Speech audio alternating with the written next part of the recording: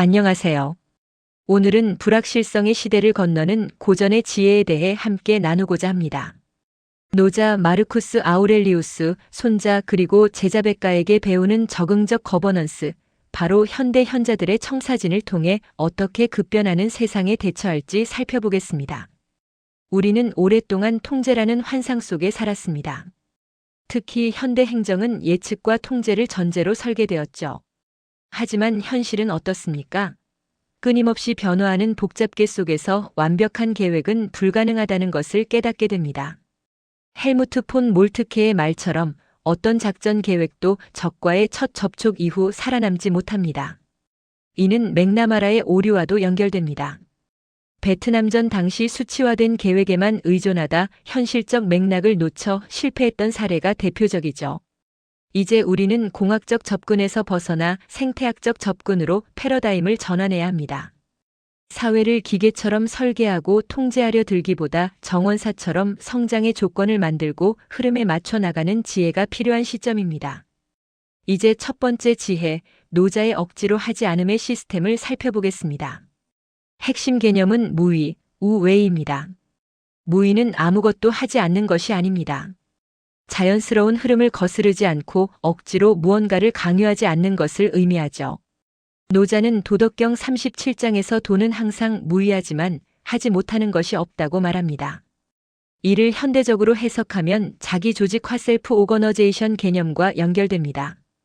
개미 집단이나 시장 경제처럼 중앙 통제 없이도 자율적으로 질서가 형성되는 원리를 뜻하며 이것이 바로 노자가 말하는 진정한 시스템의 힘입니다. 그럼 무의를 현대 행정에 어떻게 적용할 수 있을까요? 바로 플랫폼 정부입니다. 정부가 모든 것을 설계하고 통제하는 설계자가 아니라 시민과 민간이 자유롭게 참여하고 혁신할 수 있는 플랫폼이 되어야 한다는 것이죠. 이는 과거의 중앙계획 방식과 대비되는 분산 프로토콜, 즉 자생적 질서를 추구하는 방식입니다.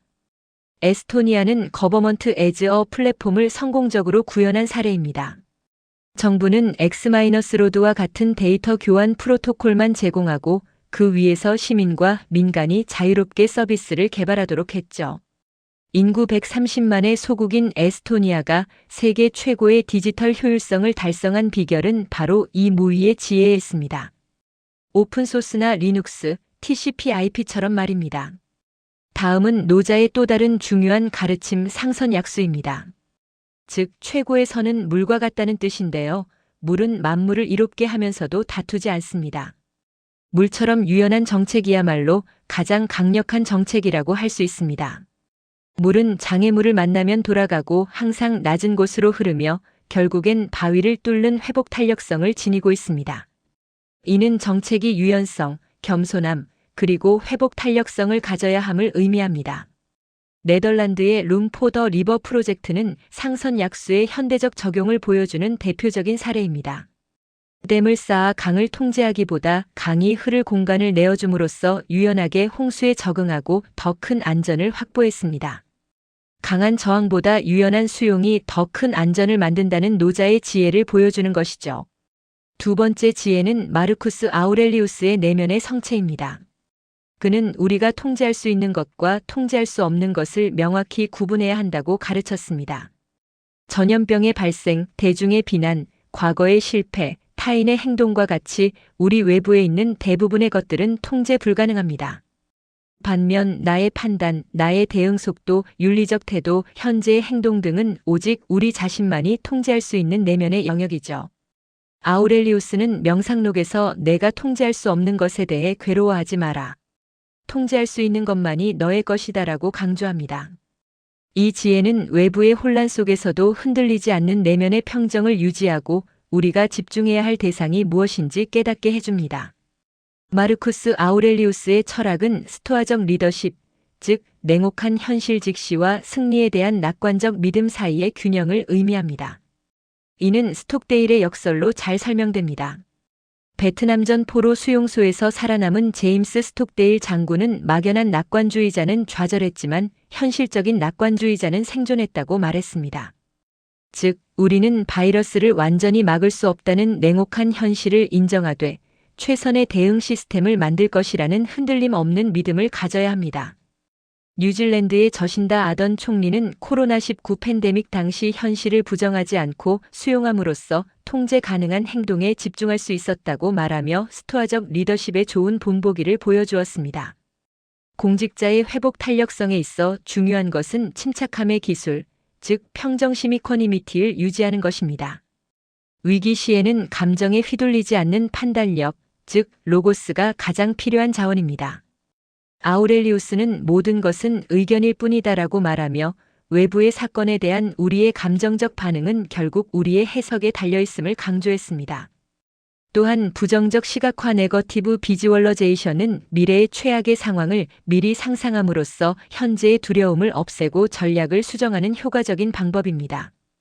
정책 실패, 비난 폭주, 예산 삭감 같은 최악의 시나리오를 미리 가정하고 대비책을 마련한다면 심리적 면역을 얻고 더욱 효과적으로 위기에 대응할 수 있습니다. 세 번째 지혜는 손자의 속도와 변화의 전략입니다.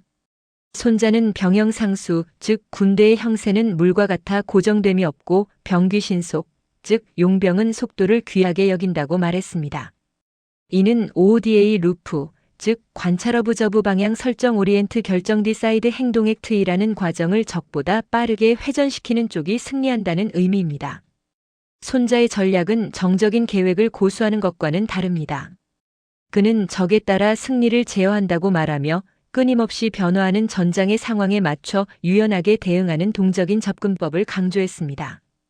이것이 바로 손자가 말하는 진정한 속도와 변화의 전략입니다. 우리는 종종 좀비 계획에 갇히곤 합니다.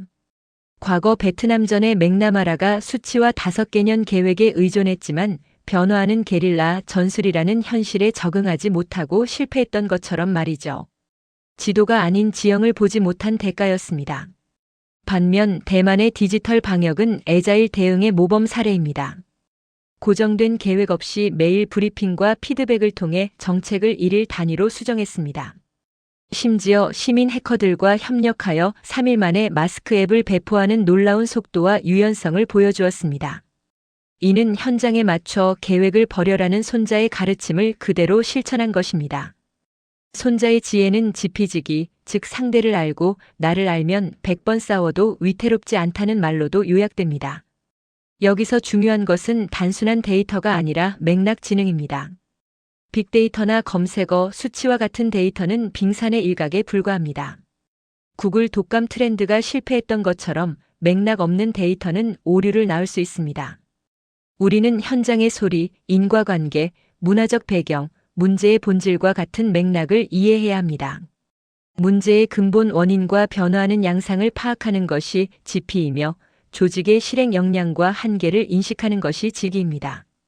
완벽한 정보를 기다리다 보면 마비될 수 있습니다. 정보가 80% 정도 준비되었다면 과감하게 행동해야 합니다. 네 번째 지혜는 법가와 육아, 즉 규칙과 신뢰의 변증법입니다. 법과 사상을 대표하는 한비자는 인간은 이익을 좇으므로 엄격한 법만이 질서를 만든다고 주장했습니다. 예측 가능성과 신상 필벌을 통해 사회를 통제하려 했죠.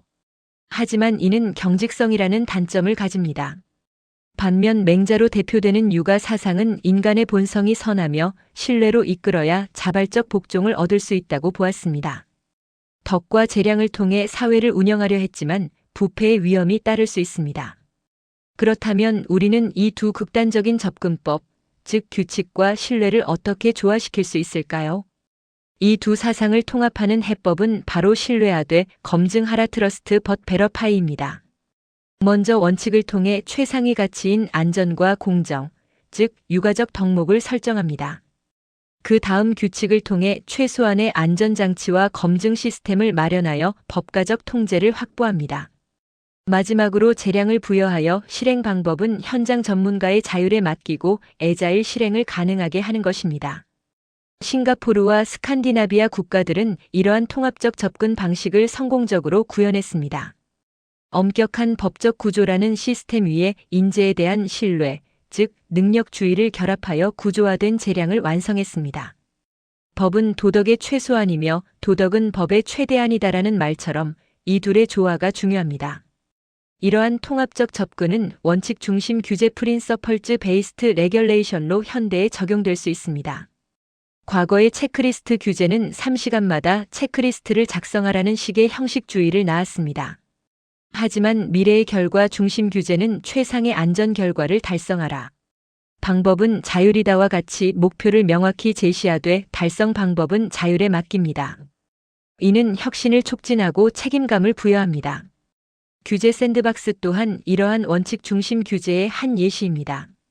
안전을 위해서는 규칙을 엄격히 적용하되 혁신을 위해서는 큰 틀의 원칙을 제시하고 재량을 허용해야 합니다. 결론적으로 적응적 행정가 더 어댑티브 어드미너스트레이터는 예측이 아닌 적응의 예술을 마스터한 현자라고 할 수 있습니다. 노자의 지혜로 자생적 질서를 이해하는 시스템 관점, 마르쿠스 아우렐리우스의 가르침으로 내면의 평정을 유지하는 자기 통제 손자의 지략으로 속도와 유연성을 발휘하는 실행력 그리고 법가와 육아의 지혜를 결합하여 신뢰하되 검증하는 기관 운영 원칙을 갖춰야 합니다. 미래는 예측하는 것이 아니라 파도처럼 타고 넘는 것입니다. 불확실성을 두려워하지 말고 그 흐름의 일부가 되십시오. 이 고전의 지혜들이 여러분의 길잡이가 되기를 바랍니다. 감사합니다.